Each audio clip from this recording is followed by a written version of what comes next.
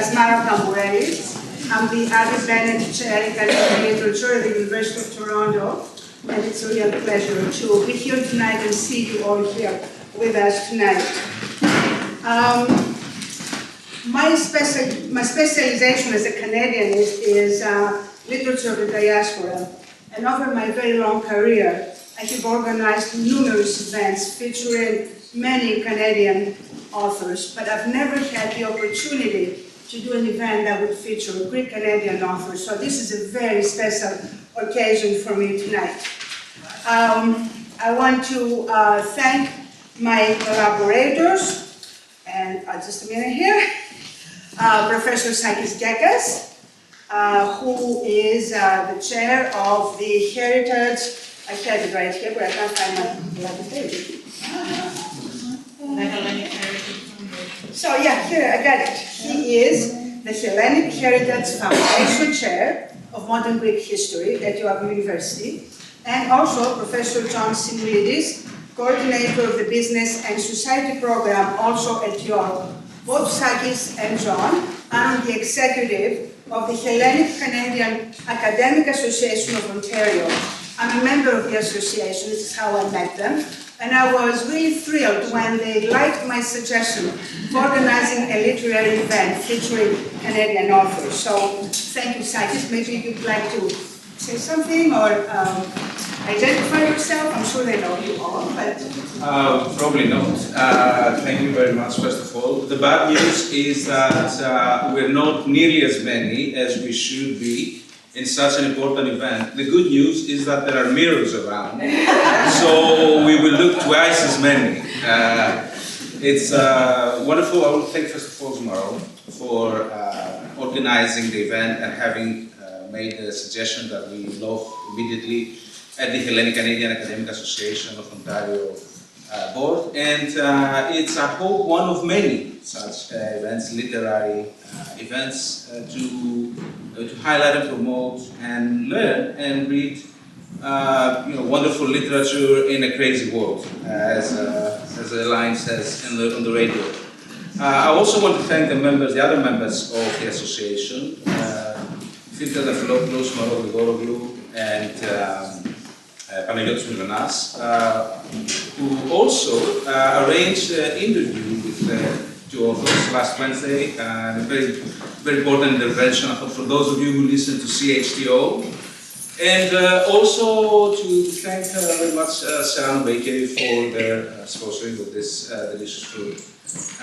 It's a great opportunity for us. Please, ask questions, then buy the books later, as well as the two authors we brought. And I look forward to hearing from them and discussing later. Thank you. And there's John. Maybe you wanted to say hello. Hello, welcome. I'm glad to see this room still, despite the nerves. Just a few words about how the evening is going to unravel before I introduce the first reader. There's a book table at the back with books by both authors, so I would like to encourage you to consider buying them. And then there is also a table with delicious food, courtesy of Serrano, as Sakis said. There's a cash bar outside. And so the plan is that we will proceed with the first reading. We have a very, very short break. So we can, sample some of the food, buy a book or two, and then we'll proceed with the second reading, and then have a Q&A, and that will be it. So without further ado, it is a real pleasure to introduce the first reader for the evening, Marian Apostolidis. I don't really remember how we met. But I think it was summertime on College Street. Yeah. I've known you for a long time, and I've been an admirer of your work since I discovered it.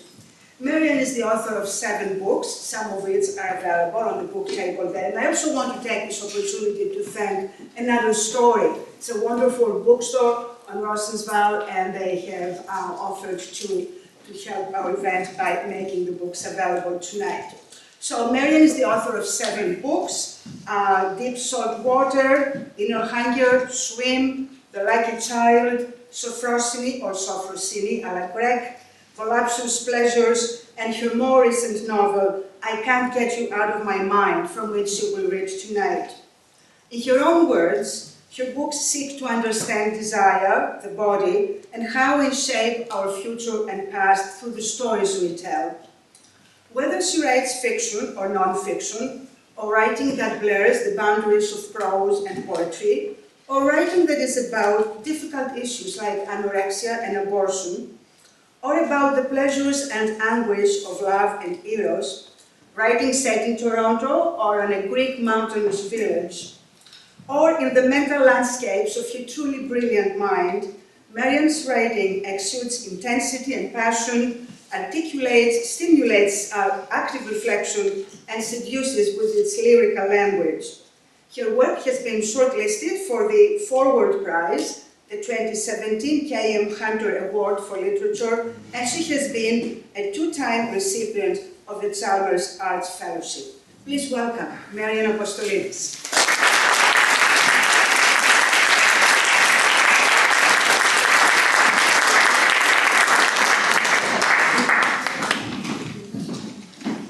For that lovely introduction.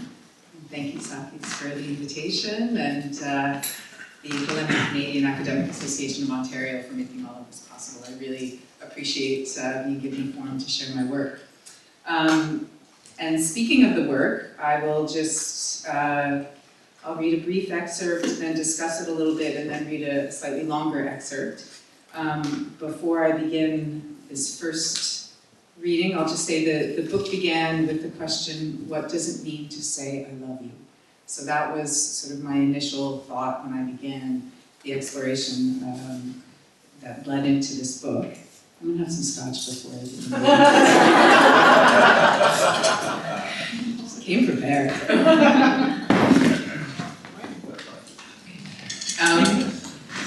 So what does it mean to say I love you?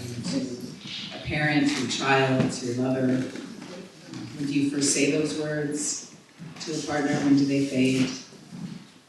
So just thinking about all the different ways in which we utter that phrase, what it is we're hoping to convey, what we hope the other person will receive. So maybe you can keep that in mind as I read this first part, which is a little more racy than my second excerpt. Freud says love melts the boundary between the ego and the object, the person, to whom I direct my passion. This merging flirts with insanity, Freud says, because the ego loses its steady border. Against all evidence of his senses, a man who is in love declares that I and you are one, and is prepared to behave as if it were a fact. I don't think I've ever said those words in that way. I love you. Perhaps the boundary of my ego is too fortified, too strongly suspicious of others, of what they want from me, their expectations. Self-protective, or perhaps it's the opposite. Perhaps I'm protecting you. Don't get too close. Don't come too close to me, because I'm toxic. Or maybe, ironically, my ego's boundary isn't fortified at all.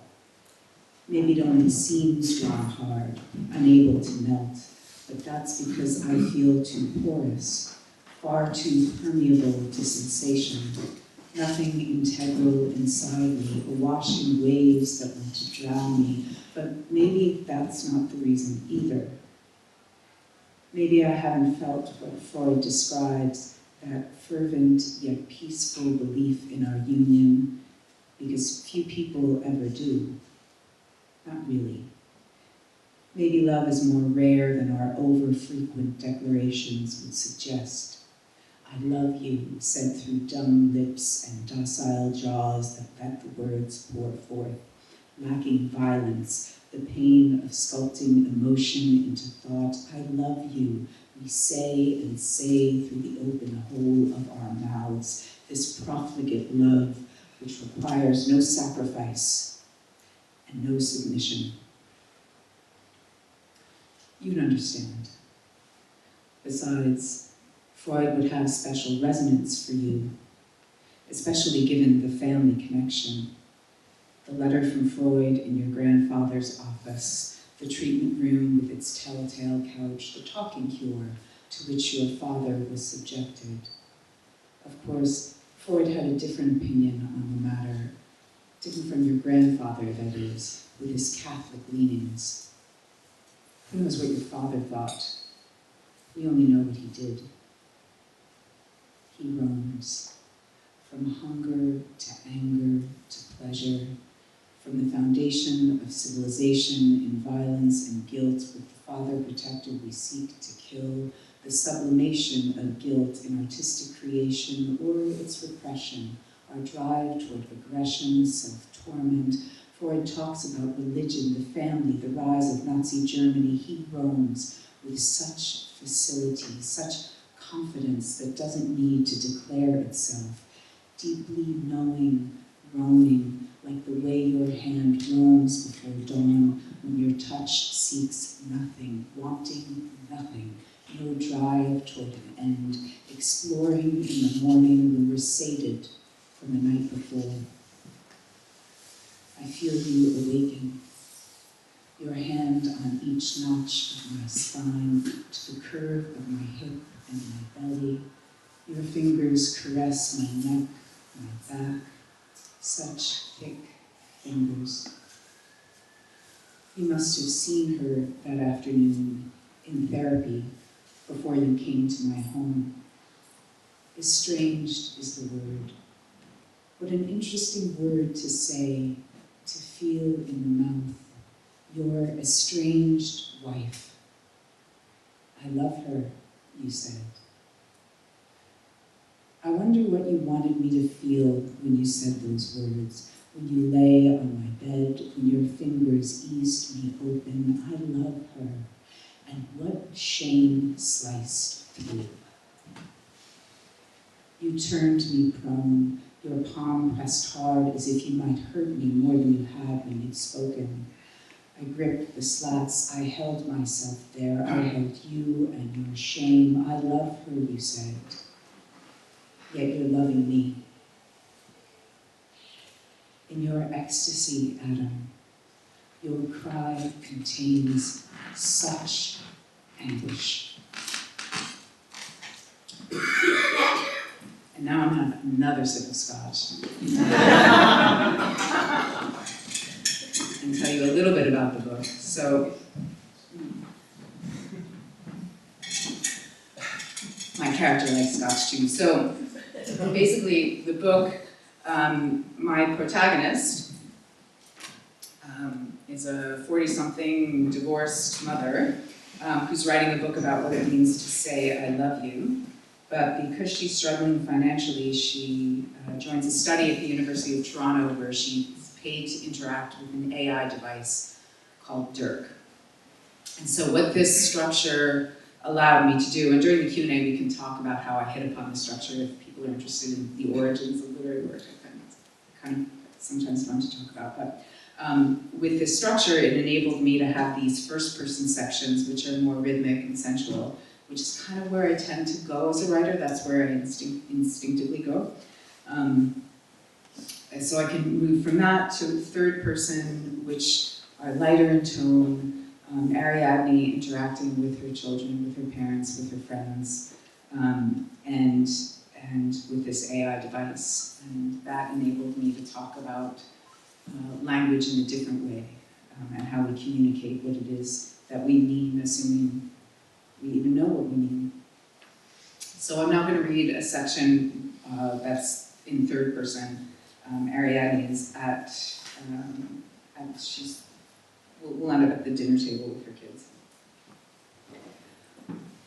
When Sophia was a toddler, Ariadne would bring her to the zoo in Hyde Park, a sad little place with a quizzical array of animals. Bison, peacocks, plus a few specimen of capybara, the largest rodent on Earth. There was also a pen with Barbary sheep, a large herd that reproduced with startling rapidity. The father of the tribe, identifiable by the size of his horns and the shag on his chest, would walk the periphery of the pen. The rest of the sheep would stand atop the outcropping of rocks looking for danger, or they'd stand inside the feeding troughs for no reason at all. Sophia didn't care much for the Barbary sheep, but she loved the bison, especially when a baby was born. To see something so new yet so massive created a cognitive disjuncture that delighted her. This was Ariadne's theory anyway. Ariadne's mind was underutilized at the time. Peacock. Sophia ran to the pen, but Ariadne didn't follow. She was very pregnant with Theo at the time, which meant Sophia was old enough to explore on her own. Besides, Ariadne wanted to stay with the Barbary sheep, with the event that was occurring. 2 males were ramming horns. She rarely saw this, a display of animality in the zoo, an action that had consequence. The sheep reared back, held the paws. The elder kept walking, doggedly circling. His joints were arthritic, his head hanging heavy on his neck. He paid no attention to the males as he passed. Mona, Sophia said. She was toddling toward Ariadne, looking obliquely at the fight. Come here, sweetie, Ariadne said as she stared at the rams. It was slow, almost choreographed, the gravitational draw of the males toward each other, their bodies responsive, attuned to their enemy, the energy gathering, then the thrust, this burst of force and crack of horns. Sophia made a whimpering sound. It's okay, Ariadne said. She stroked her daughter's wispy hair. They're not hurting each other. Sophia pressed her face against Ariadne's leg. I don't like it, she said. She tugged on Ariadne's skirt. I don't like it. By the time they heard the next crack, they were already looking at the bison. Sophia seemed content, but she refused to leave Ariadne's arms. She clung with all 4 limbs whenever Ariadne bent to put her to the ground. Sophia, Ariadne said, sweetie, my back is really hurting. Can I? No! Ariadne held Sophia. They watched as the bison suckled her infant, then smelled its urine, then reached her tongue into the stream. That's funny, Sophia said, giggling too loud. The elder sheep wasn't in the pen on their next visit to the zoo. Ariadne wasn't sure what had happened, whether the zookeepers allowed him to be challenged or had simply removed him, killed him with an injection of chemicals, clearing the way for the next male to take his place, a male who'd know his place automatically, his hormones enabling his body to make that shag, to grow the bone longer and thicker from his skull. It's the opposite, Sophia says, of what happens in nature. In nature, she says, the son kills the father. They've been discussing the story they've written. Ariadne expects a comment from Theo, but none is forthcoming. Sophia continues, with Abraham, she says, it's like they're saying, don't follow nature anymore, like follow an angel instead. Sophia hasn't read the masterworks of Derrida. She hasn't scrutinized Freud's theories of totems and taboos, and yet she's intuited that this reversal from sons killing fathers to the singular father ordering the sacrifice of the son represents an overthrow of nature. Pass the water, Sophia says. Ariadne praises her daughter. She refills her water. She says, let's build on that. Freud goes even further. Freud says Freud was whacked. Ariadne's shoulders drooped. How can you say that, Theo? Let me think. Oedipus? That's the entirety of his argument about the validity of Freud's contribution to thought. One word spoken to his mother with a sour expression on his face. Theo stands, preparing to leave the table. Theo, Ariadne objects, I didn't say you could be excused. Theo forces out a burp. Now can I be excused? Sighing, Ariadne asks whether he can please finish his kale. Unfortunately, I cannot, Theo says. It really doesn't go with the hot sauce. Almost word for word, but not that. Derrida asks how we give ourselves over to death, how we create a relationship with death, represented, incorporated as a fact that guides our lives. He lays out 3 choices. Sacrifice, as practiced in the orgiastic and demonic mystery of ancient religious rituals, the gift of death, as stated in monotheism, also known as the religions of Abraham, and in the middle, between those two developments, is suicide. Suicide, in this context, means Socrates. Suicide means philosophy. Do your homework, Ariadne says to Theo. I am.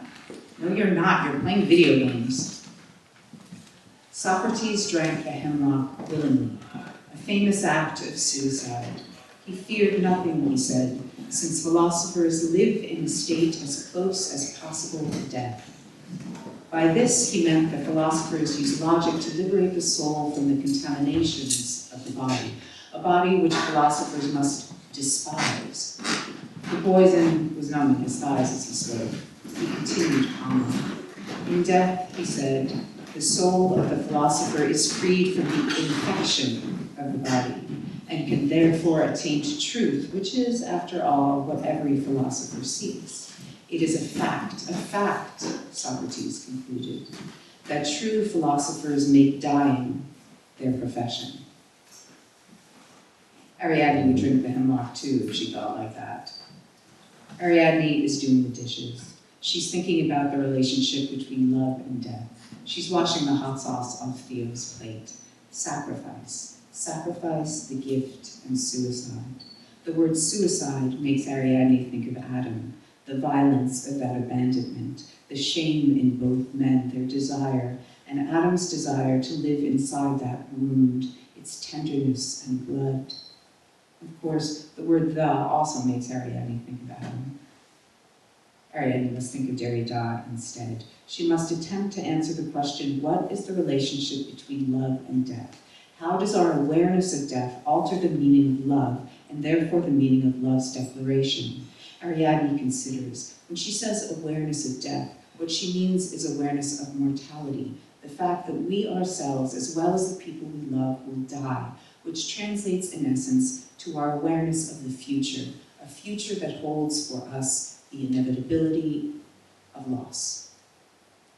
Hey Dirk, Ariadne says, look up love and death and tell me what you find.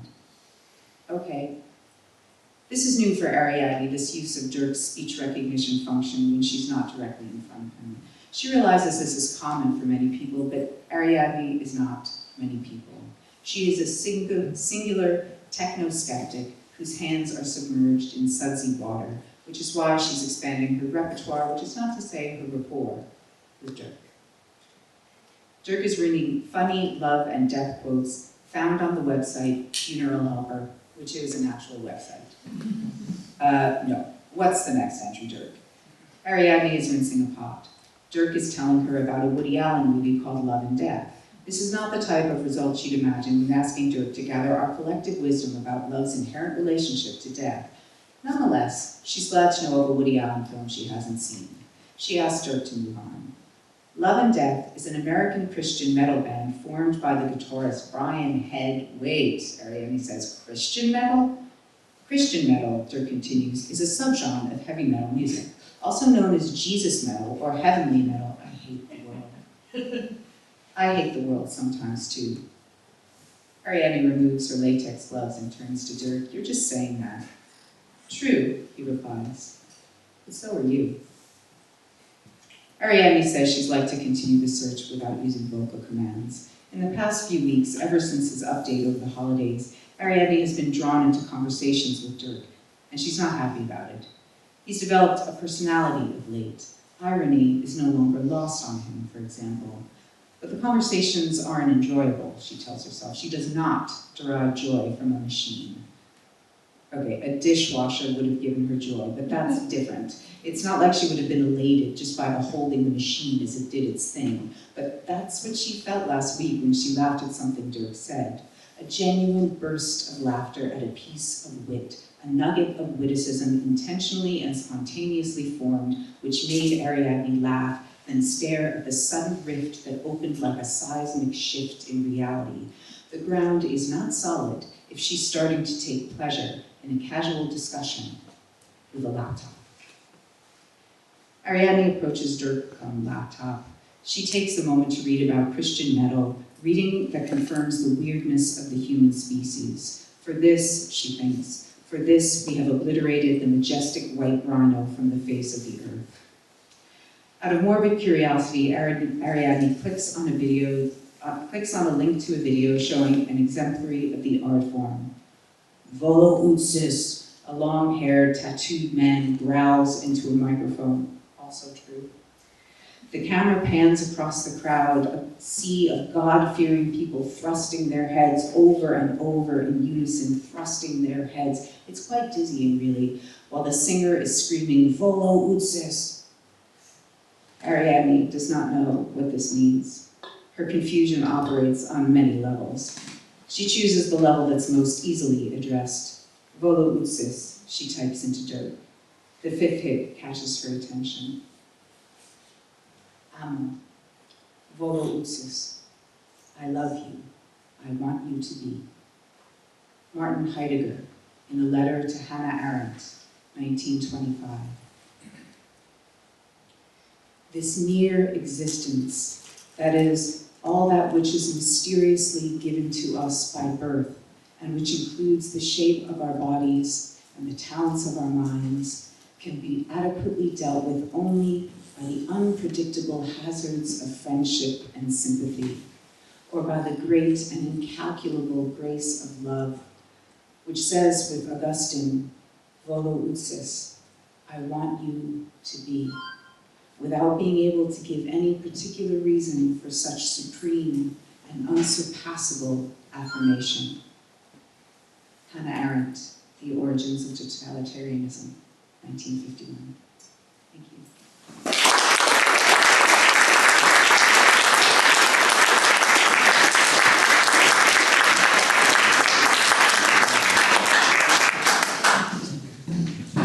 Thank you, Marianne. That was wonderful. We can have a short break, 10 minutes, so you can sample some of the wonderful Serrano food and look at the books that are available with FAPA. There's also a cash bar in at the snack. Introduce our second slide. Can I thank you? Thank you. It's a great pleasure to introduce Fotios Saris. Fotios, originally from Montreal, has been living in Toronto since 1987, and he teaches at Toronto Metropolitan University, also a member of our association. He has published some literary criticism, and he has co-authored a university textbook on technical writing. A Foreign Country is his first published work of fiction, and he's currently completing a collection of linked short stories and novella. Please welcome Fotios Saris.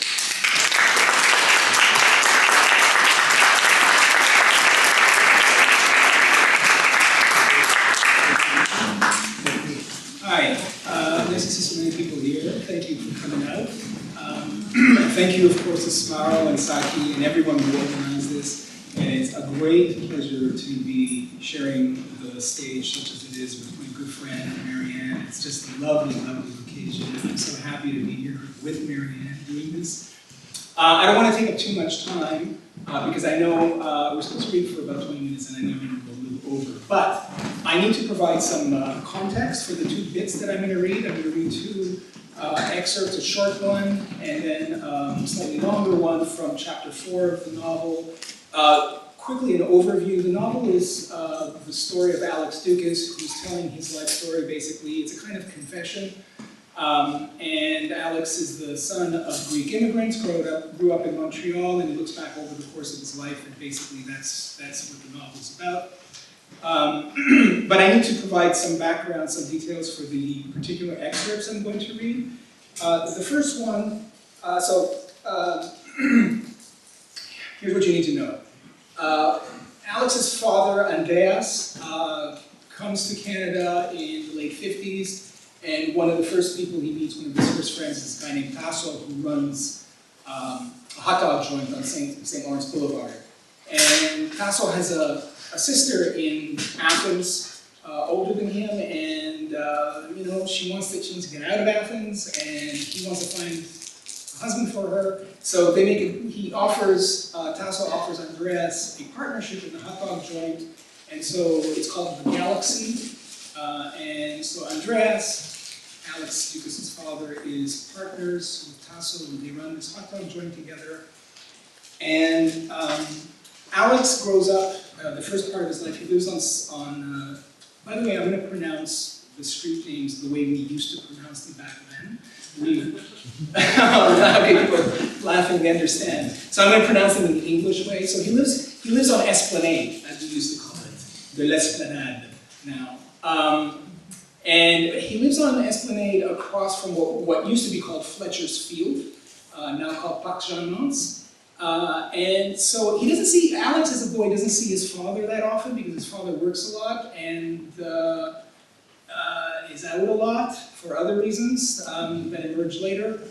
And in the summertime, his father hangs out with the Greek men in the park across the street from their house. And Alex as a boy likes to sit with them and listen to what they have to say. So that's part of the context.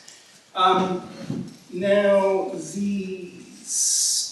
the scene I'm going to read comes after another scene where Alex is in class, grade 5, and they're doing a spelling exercise, and Miss Quigg is the teacher, and the way it works is the teacher calls out a student's name and then gives them a word from the speller that the student is supposed to spell and also use in a sentence.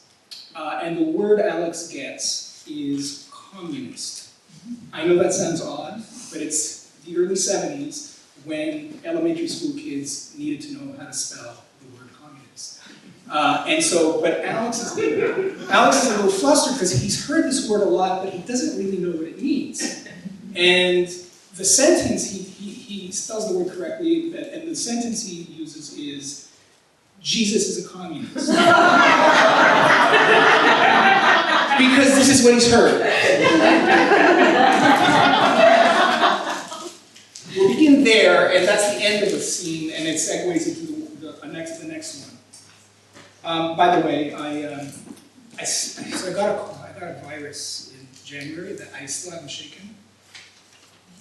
I'm going to be clearing my throat a lot. I'm doing this kind of thing. My apologies for that. So we'll go straight into Miss Quigg. Oh no, Miss Quigg.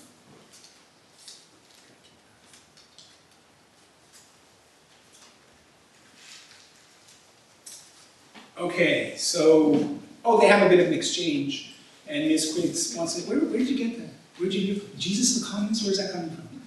And he says, he heard it on TV. I cannot imagine what TV shows you are watching, or where your parents are. Is there no one at home monitoring your activities? And who would say such a thing on TV? For the life of me, I cannot imagine what sort of person would make such a pronouncement. The person, of course, was my father. I'd heard him make the pronouncement many times in the park. Though most of the men in the park appeared to be religious, some were critics of the church, the fiercest of these being my father, who would denounce our clerisy for bowing to dictators and plutocrats and putting the interests of the privileged above those of the masses. And what was Jesus, he liked to say? Was he a friend of the rich and powerful? Do our clerics even understand what they dribble through their beards? Read the New Testament. Before the Communist Manifesto, there were the Gospels. Do our clerics believe that if Jesus came back today, he would be a champion of capitalism? Do they even understand Jesus' model of a Christian society? Jesus was a communist. He was the first communist. I wasn't sure what exactly a communist was, or how I was supposed to feel about them. At school and on TV, we learned that they were bad. You got the impression communism was a kind of crime or scourge or illness. But my father, and some of the men in the park, spoke favorably of it. Some even called themselves communists. My father was not clear about this. He was slippery on the subject. One day after my run-in with Miss Quigg, I asked him outright, "Are you a communist?" He gave me a look of annoyance. "Of course not. But Papu was a communist." "Who told you that?"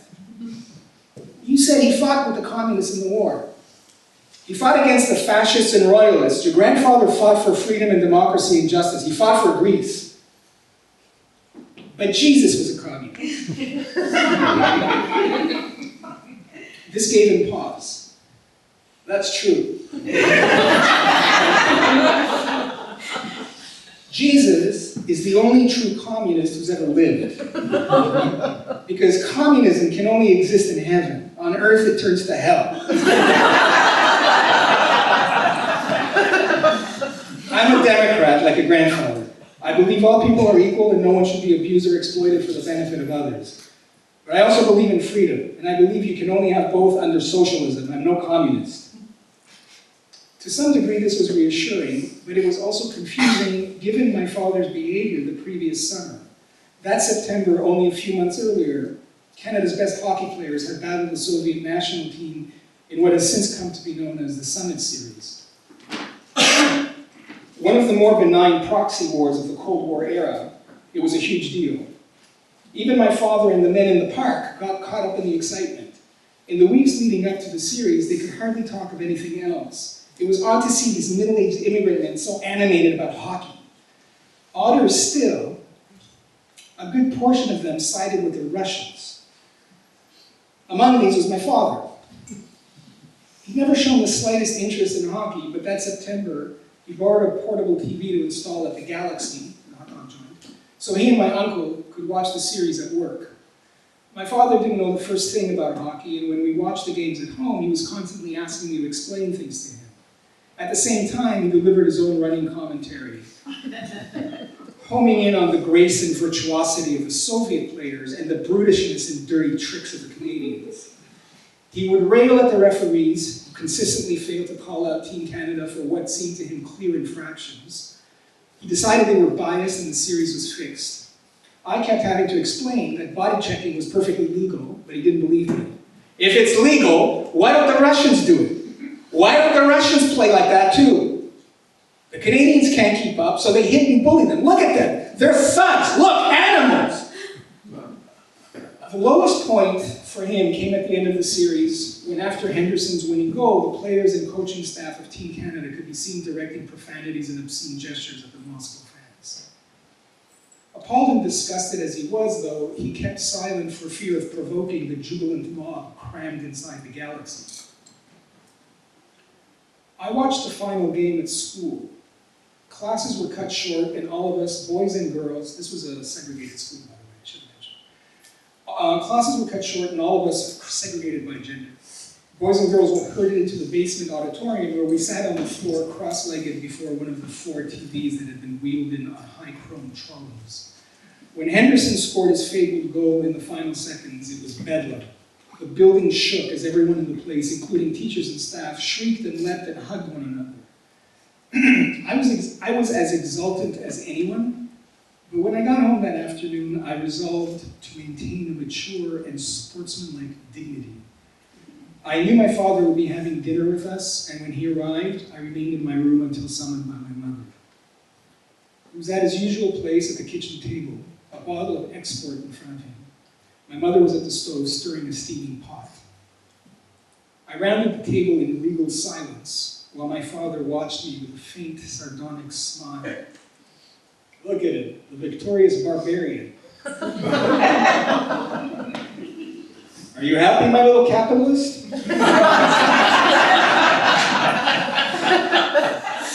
He'd never applied this epithet to me, and though I wasn't sure what it meant, it was no compliment.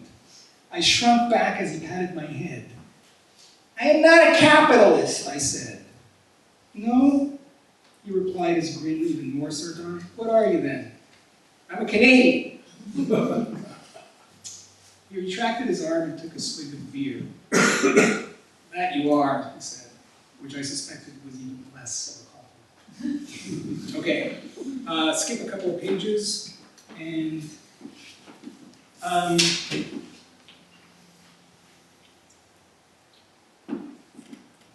This is just a short while later, end of 1971, and what has happened is that Tasso and Andreas, so Alex's father and his partner, Eleni is Alex's mother. So Andreas and Tasso have had a falling out. Nobody knows why. The men won't talk about it.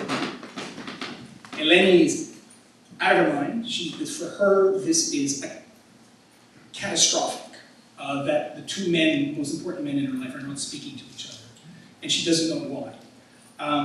And what's worse, one evening, Andreas announces that he's dissolved the partnership. He's leaving the Galaxy because he's gotten his own restaurant.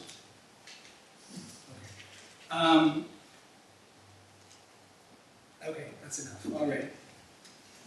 So we're sitting around the kitchen table. Andreas has just announced, yeah, I'm leaving, I've left the Galaxy, I've got my own restaurant. My mother was aghast. How is this possible? How could we afford such a venture? Where had the money come from? And what about her brother? Oh. Did I mention that the partnership was offered as a kind of, that was Eleni's dowry. So, marry my sister, I'll give you a portion of the restaurant. So I should have explained. How is this possible? How could we afford such a venture? Where had the money come from? And what about her brother, the partnership? There had been an agreement. My father had debts and obligations. My father coolly assured her that he and Tasso had settled their affairs amicably, and he had discharged his debts with honor and even magnanimity. Tasso had nothing to complain of. She could ask him herself. My father never wanted it said that by anyone that he had taken advantage of his relations. As for our finances, everything was in order. If she liked, he would be happy to sit down and explain the numbers to her. The restaurant was on Bernard, near Park Avenue. Previously called the Miss Bernard Restaurant, it was now the new Miss Bernard Restaurant, as proclaimed by the new illuminated box sign above the entrance, which featured an illustration of a busty waitress in a frilly white apron, balancing on fingertips a tray with a giant burger and soda glass. The new Miss Bernard was bigger than the Galaxy and classier. It was a real restaurant with soaring leatherette triple-fold menus showcasing a pageantry of burgers, submarines, brochettes, pizzas, pastas, pies, cakes, sundaes, shakes, and things I'd never heard of. There was a bar near the entrance, 4 large booths along one wall, and tables enough to seat 24.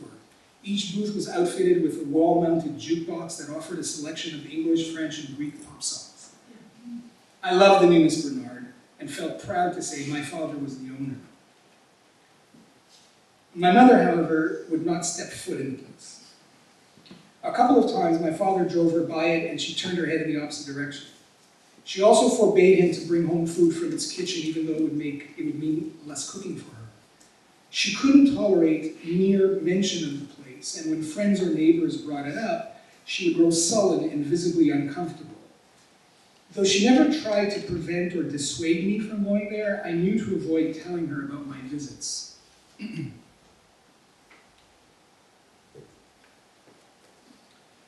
In the summer, I would drop by the new Miss Bernard at least once a week, as it was around the corner from the Regency Cinema. The Regency on Park Avenue was one of the city's last old picture palaces, a place abounding in brass, velvet, gilded festoons and garlands, and bas-relief gargoyles. Though at the time I was more aware of the crumbling plaster, ripped upholstery, dank smells, and sticky floor. However grand it may have once been, it was now reduced to a scruffy ghetto establishment screening Greek or Greek-dubbed movies. We knew families who went almost on a weekly basis. Ours was not among these. My father worked most nights, and my mother considered it unseemly for a married woman to attend public events unaccompanied by her husband. She also hated war movies, which was what most of the dramas at the Regency were. My mother liked love stories with a happy ending.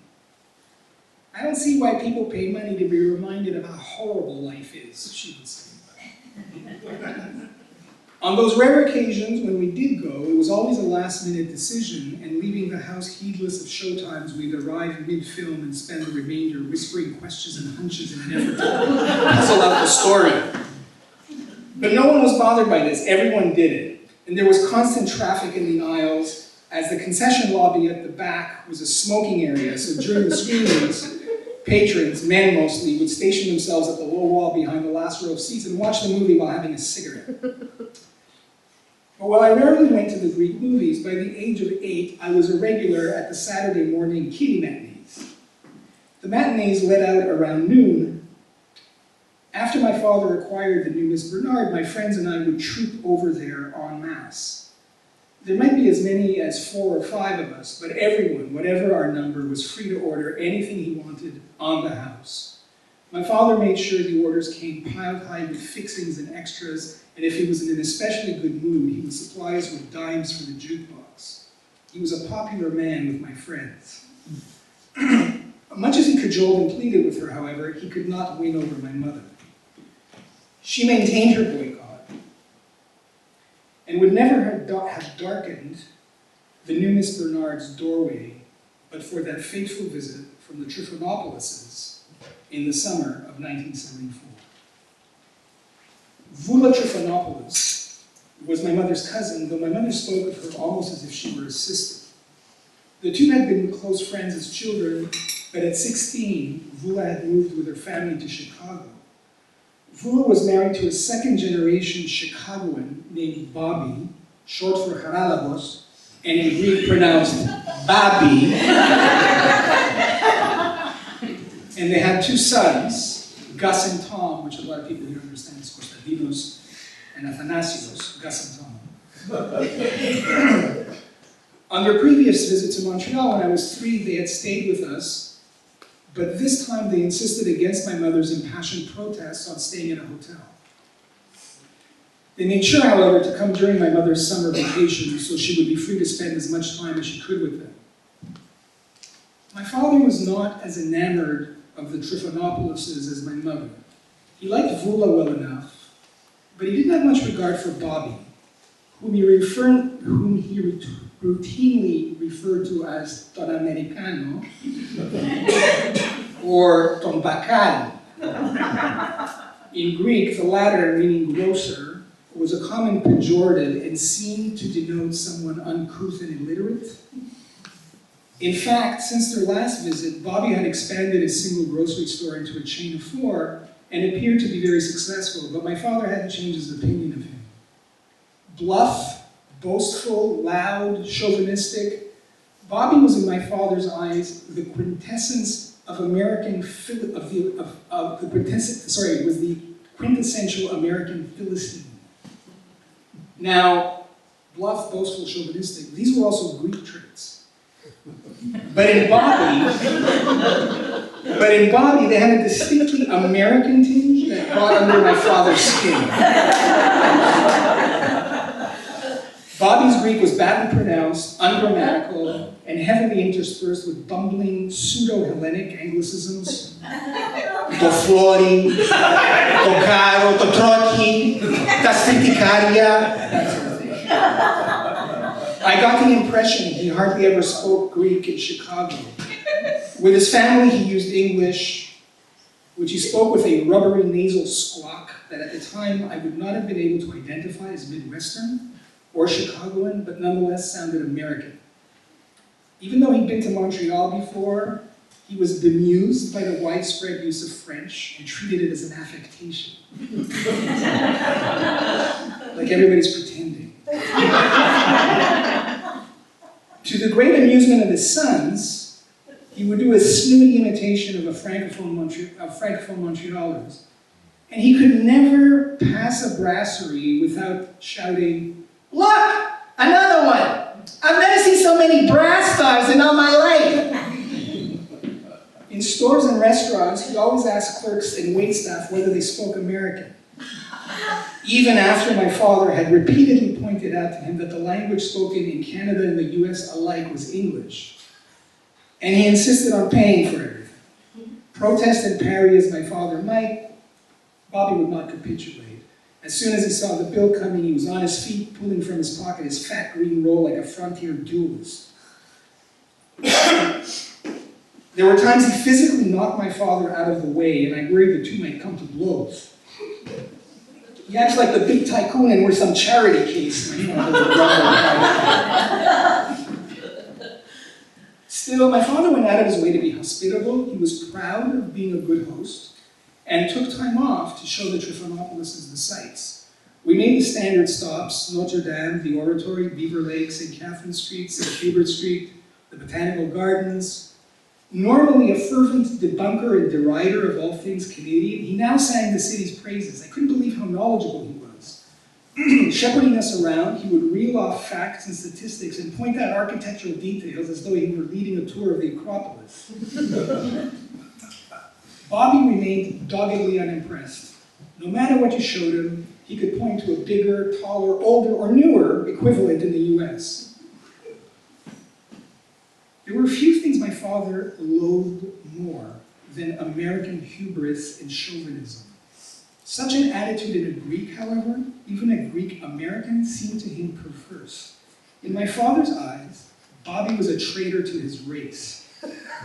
He marveled Bobby hadn't truncated his surname like the odious and recently disgraced US Vice President, that would be Spiro Agnew. Anagnosopoulos, which happens to be the mother's name. And maybe, anyway, sorry. That summer, Greece was much in the news. Days before the Trifonopoulos' arrival, Turkey had invaded Cyprus and the junta had fallen. My father and the men in the park talked of nothing else. Bobby had little knowledge of the situation and even less interest in it. He had little interest in politics generally. When my father tried to engage him, he would take on a look of weary boredom and return one of his stock aperçus or aphorisms, which included, "What do you expect? He's a politician." And it's the same everywhere. The big fish eats the little fish. Comments whose effect was to cut discussion short rather than extend and enrich it. My obsessive father, however, would not be deterred. One afternoon, as he and Bobby were having a smoke outside Notre Dame while the wives completed their tour, he again brought up the recent events in Greece and Cyprus. Bobby barely seemed to be listening, but my father persisted. Running through Henry Kissinger's malign involvement in the politics not only of Greece but numerous other countries, my father demanded of Bobby whether he didn't agree that Kissinger should be locked up as a war criminal. Bobby stared at a couple of mini-skirted hippie girls sauntering by. "I don't know," he said, shrugging. "He's probably done some bad things, but who hasn't? If we lock up Kissinger, then we'll have to lock up all the politicians, and then who would ever run for politics?" I realize this makes no sense, because you're speaking Greek, you know? Like, Andreas doesn't speak English, so I don't know what I'm doing with that accent. I don't know.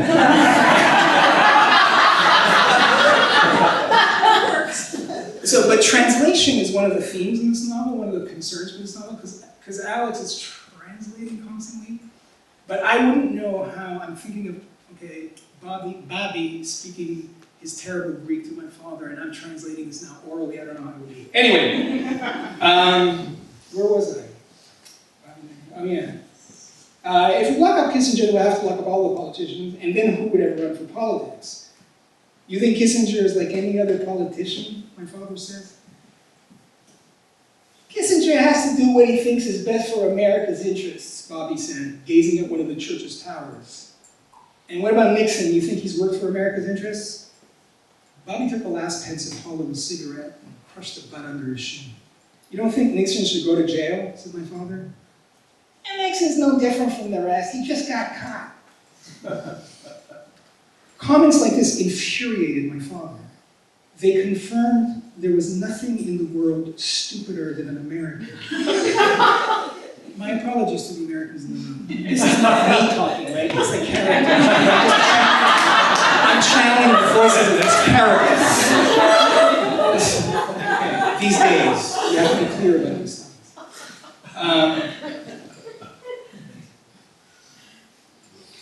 Yeah, I just got caught. Comments like this infuriated my father.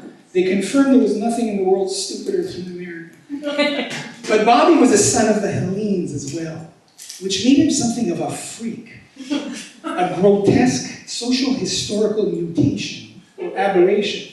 He was the cultural equivalent of a two-headed cow or goat-faced boy. For my father, he may have been a portent of how his own Canadian-born son might turn out if he wasn't careful. In my eyes, there was something exotic and glamorous about Bobby and Vula.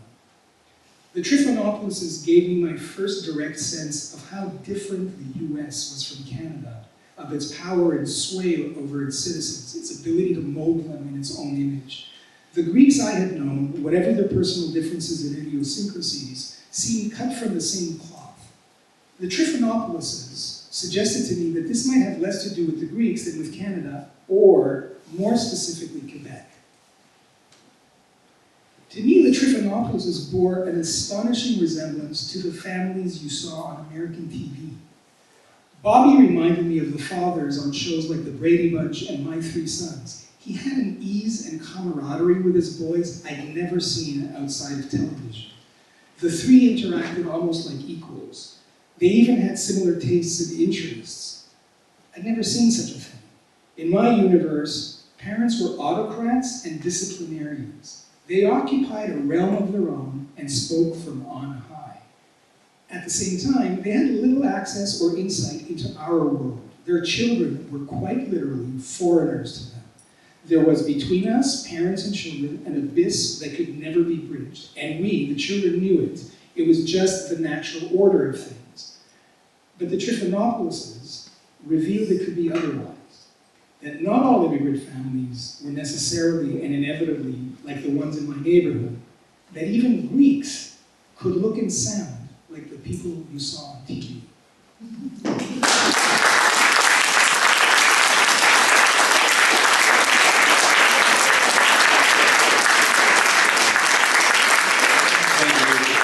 I would like to invite now Fotis, also Marianne, and Maro to at the table, so that we have a Q&A discussion.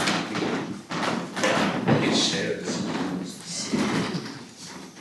I think we should first open for questions to the floor. Any questions and comments to our two readers? Thank you all so much. Oh.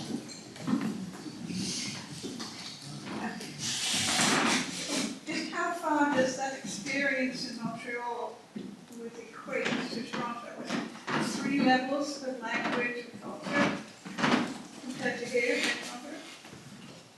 I have no idea. So I've been living in Toronto longer than I've lived in Montreal, but Toronto is alien to me. So here's my limited experience. I think, no, actually, this goes on, Gus and Tom. So one of the things that Alex is astonished by is that they don't speak Greek to the kids. He's never seen that. He's never met, in Montreal, he's never met immigrant kids who don't speak their parents' language. And so he's astonished by this. And so I knew Americans when I was a kid. Not my fault. I knew American kids of Greek parents. We're talking about parents born in Greece who couldn't speak Greek, but not in Montreal. When I came to Toronto, I started meeting Greeks here, like me, with Greek parents who couldn't speak Greek. So there's something going on. There's something different in Quebec. So I remember going to some supermarkets that owned like some Greek, well, anyways, back in the late 80s when I first arrived in Toronto, going to the supermarket, and I knew the guy behind the counter was Greek, and so I spoke Greek to him, and he said, "How do you know Greek?" And I said, "Well, my parents are Greek." And he said, "Where were you born?" I said, "Montreal." I said, "Well, how do you know Greek?" I said, "My parents are Greek," but he said, "My kids don't speak Greek." Anyway, I don't know if that answers you. No, I mean, there were 3 levels of culture simultaneously. How do you mean? The English sort of in Montreal, and the French and Greek, or the Yeah, other. that doesn't exist here, right? It's only Anglo, which is why I think the pressures to assimilate in Toronto are much greater. And I think immigrants here are more likely to assimilate, whereas in Montreal, kind of stuck. Not now. Things have changed, but we're talking about the 60s and 70s.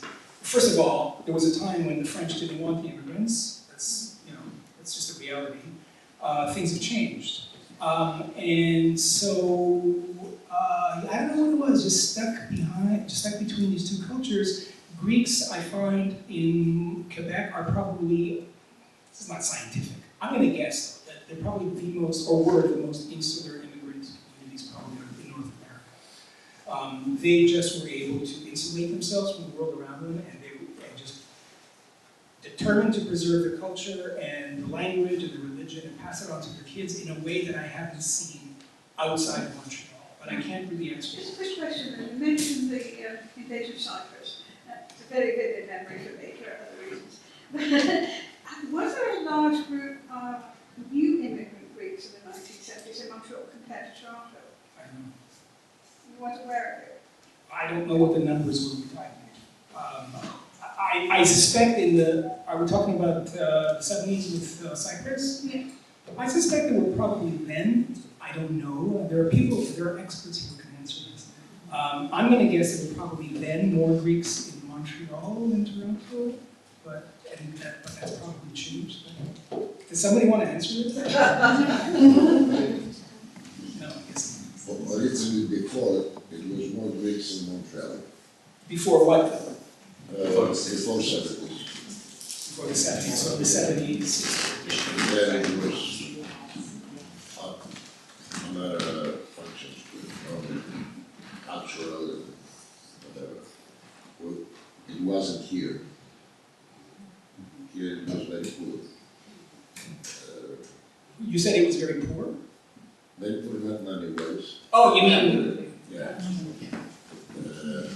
Actually, Greeks from Toronto, they was traveling to Montreal to go to Buzute, as example. There were no Buzute here? What? Wow. They were clean. Wow. Why? You tell me, Torontonians, why that was happening. I don't I was understand. going to Buzute in the 70s, that's how I met my husband. At the Buzute? Well, it's also curfew hours are different, right? Oh, that's right. Curfew, yeah. Of course. The curfews, yeah. Because those things only get started around midnight, right? It's a quick make. Probably has to do with the law on the liquor Yeah, no, that's what it is. Yeah. here. Yeah, no, I. Oh, they got around that. They used to serve Yeah, teapots with ouzo in it. Yep. Is there a question there? Yeah, I was interested about the point in your novel where you describe Alex thinking that his father's from a different world, and there's this real cultural divide between the first generation born in Canada and his father who comes from Greece, and the fact that you say his father doesn't speak any English. I think typically some of the male Greek immigrants to Montreal who work would have picked up some English, but that's Well, he speaks some English. Yeah, he speaks some enough, English. yeah, to get So I'm wondering whether in the rest of the novel you have Alex explore what it means to be the son of an immigrant whose father speaks limited English, and, because that would be very interesting, I think. I think that runs throughout the novel. Yes, that's It's there. pretty important. Yeah. Yeah. Yeah, that's a good way to put it. Marianne said it's a substrate. The point I made in the reading that I just did is not the Greek-Canadian thing. It's more the parent-child relationship. Again, based on my own experience with assimilated Greek parents from the U.S., they really did look like the Brady Bunch to me. It's like, wow, the parents talk to the kids as though, I don't know, like they're equals. That wasn't the case when I was growing up. It was just parents were these authoritarian disciplinarians, and they knew nothing about it. It was just a deep divide. Our world was completely private. The kids, our parents didn't know what the hell we were doing, and we never went home to them about our day. That's what I'm talking about. Is a question here? On that alone, because you mentioned that particular family was second generation American. Did I get Correct. that right? That's- Did I get yes, that? Yeah, that's okay. important. That's Okay. right. So my experience in growing up as a child born here from immigrant parents was very similar to seeing others who were second generation. They were closer to their families, their children. They spoke more, they understood that difference of being in an Anglo community. Toronto was an Anglo community back then. And I would also say, how come I can't have parents like that? Who understood that there was a difference between the two cultures and then we had to straddle both. And I remember one of my friends who's similar but Italian, she would say, you know what, we're just gonna make an island in the Atlantic and hit both places. Because we never fit in either world. Yeah. Yeah, but the second generation, Yeah. the children who became the third generation had a better relationship with their Well, parents. just what language you speak at home. Yeah. We spoke Greek at home, whereas the Trichonopoulos, these are kids whose parents speak English. Marianne wants to, well, I was just gonna say, because I'm more the American, I mean, slightly different from Gus, but, Yeah. but so the concerns that I would bring up in my work as a Greek, North American Canadian writer, are very different from yours because I was not steeped in Greek culture in a way, and so in a way there was an absence that I've always in my work been seeking to fill through narrative, like try to understand what the hell was formed the emotional dynamics of my household, because, and when you're saying like people who were first generation versus second generation, there's that chasm, but there's also the chasm of the war. Like, when did your family come? You know, did they live through the Civil War and the Nazi occupation, right? And then, you know, you're in North America and everything's safe, and you know, and so there was also that gap to try to, like, I think, you know, so all writers in some senses are writing about, it's a communicative act, which is inherently an act of translation, translating my thought to yours, my sensation into language, right? And so or one language, English into Greek, you know, or the translation of son to father, father to son. So, but I think that translation of a war experience to the safety, it's like, there's no, how do you find a channel to communicate that? And did your father talk about the war? Never. Until I wrote the book about it. That's why I wrote the book about his childhood. The Lucky Child is about, because again, his obsession with controlling his body, controlling what he ate, and controlling the amount of exercise that he did came directly from his, I'm being a little, you know, armchair psychologist, but I believe it came from his experience of starvation and seeing people dead on the street. Well, you know, so. Your father had his particularly. I have a little story about that. One of my friends she's closer to my daughter's age than I, but she's a child of some of my friends who are really older than I. Their grandmother came to live in North America, and they had to monitor her. They had to go into her room, because what she would do, she would take food and hide it in her underwear, and they would wonder where the smell was, and then they had to monitor her physical environment. She stashed food. She went through the Civil War, she went through starvation, but where her son understood that, I don't think her grandchildren could quite grasp what it was. Oh, and so you see this, you sense something, right? But it's never spoken, right? And so you have this disconnect between the reality you're told is truth and the reality you feel in your body. And so I think for me, that's where all of my writing comes from. Is like trying to make sense of what I feel in my body, because it's not what I'm told the ground is not stable here. The lawns are green and lush, the houses are big, but everything is unstable. The world is volatile. So what do you do with that sensation when nobody's giving language to it? You make up stories. That's what I do. But that's. Oh, well, my experience was there's going to be another world war any day now. Just get ready, and my mother would stock, like we had enough non-perishables at home in a pantry that would last us, I'm not kidding, about 5 years easily. Enrique had a question, go ahead. Yeah, by the way, my name is Fotis Rosso, and I grew up in Mile End, so. Where? I grew up Park Avenue. Wait, okay. And so, when you make a reference reference to the Regency Theater, was that, because I just remember the Rialto, and I remember, where's the Regency Theater? There were two. So there was the Rialto and there was the Regent. That was down on Blurry though. No. Come on, let's not bore people. Very quickly, the Regent became the Beaver. Oh. Okay. A porno.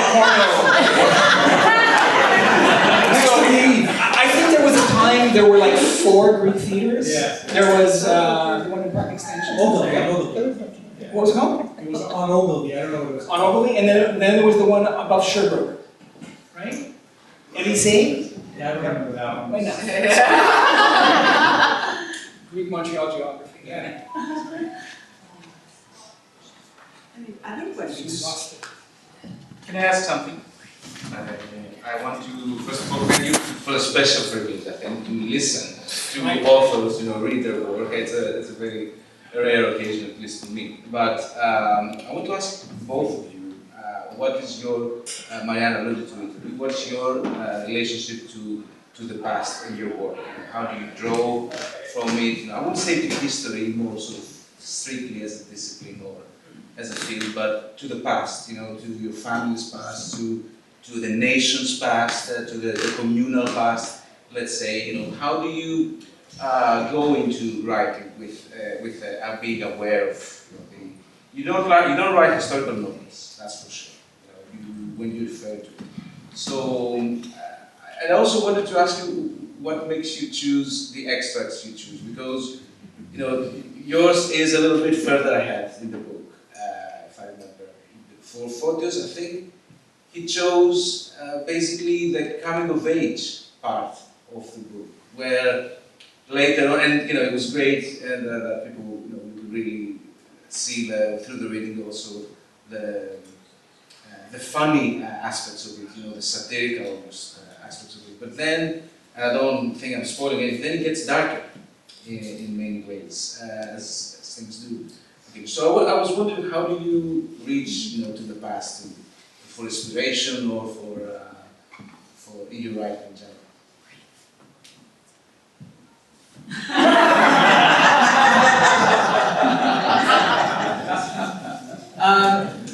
Well, I mean,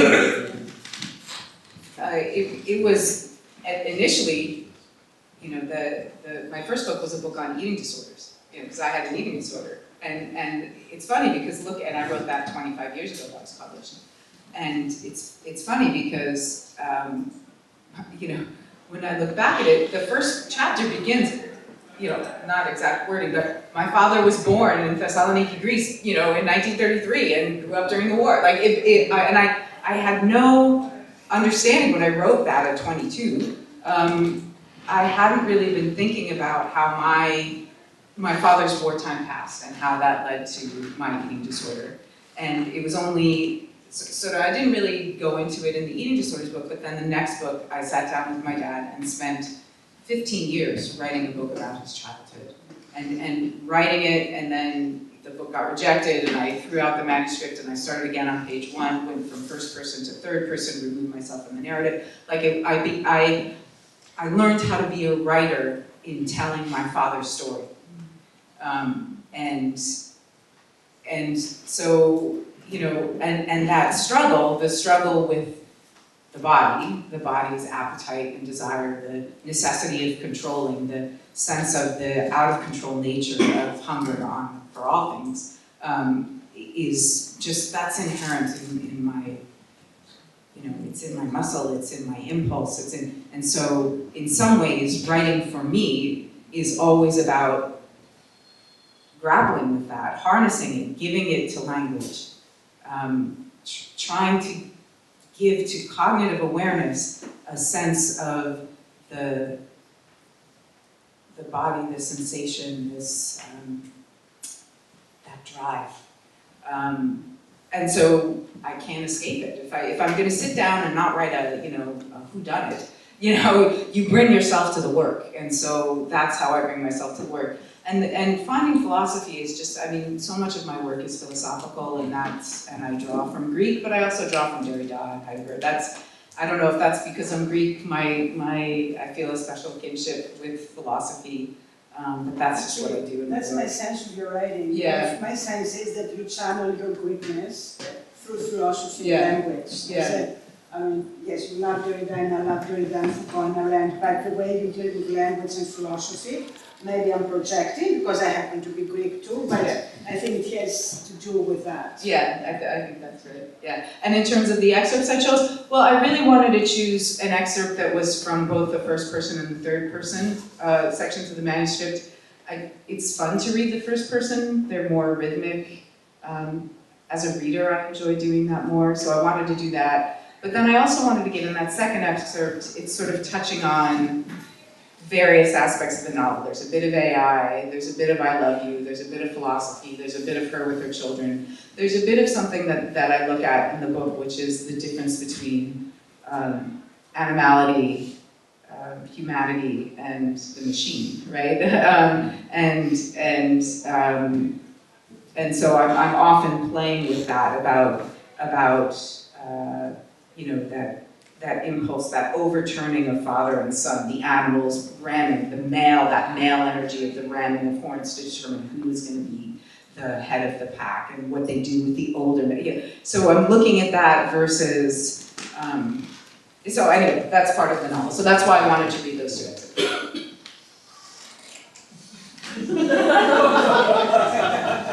So I'm going to respond to your question, but I don't think I'm going to answer it. I would say the novel addresses that question. The novel is about history. The novel is about the nature of history, the importance of the role of history. I'm going to piss off a lot of people by saying something that's going to sound postmodern, but I don't mean it that way. I don't trust history. I think it's essential. I mean, we need to, quote, know it. I mean, the novel is also about knowledge. What does it mean to know the past? And so the postmodern point is that I think to us, all history is fiction. Doesn't mean it's not true, but it's a narrative.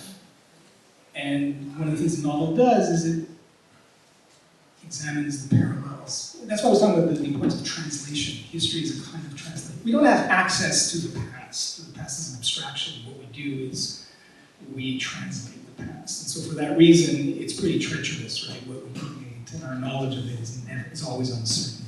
I think it's history, which is why history is dangerous, why history lends itself to propaganda and demagoguery. And finally, I'll take this opportunity to say, I mean, one big error, there's a few big errors, but one of the big errors is only after I finished the novel, I realized I should have had an epigraph from everybody. The Greeks are going to know, Thanos, Mikroutsikos Rosa. Posi anangi ginete historia, posi historia ginete siopi. That should have been the epigraph.